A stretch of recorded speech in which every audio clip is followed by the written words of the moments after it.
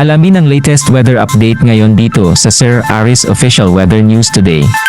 Yung nangyari ngayon, so halos buong bansa po ay nakakaranas po ng maulap na kalangitan at may mga pagulan, lalo po sa bandang western section nito. At ang southwest monsoon ay naapektuhan ng mula Southern Luzon hanggang Mindanao. So narito po ang ating huling update sa bagyong Hiner at yung isa pang bagyo na sa labas ng PAR.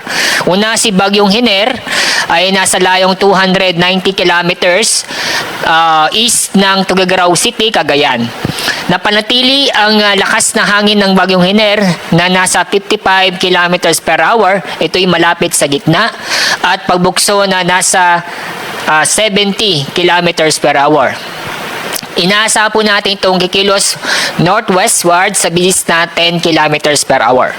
Samantala, yung pong bagyo nasa labas ng PAR na si Tropical Storm na may international name Pulasan. Kasalukuyan, nasa layong 2,190 kilometers silangan ng Central Luzon.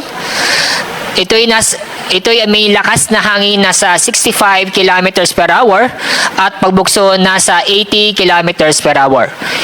Ito'y kikilos o inaasang kikilos sa direksyong west-northwest sa bilis na 35 kilometers per hour.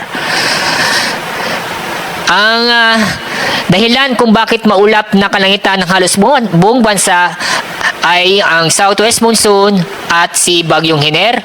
Ito naman si bagyong Pulasan na inyong nakikita malayo sa ating bansa, kaya wala pong direktang epekto sa ating panahon ngayon.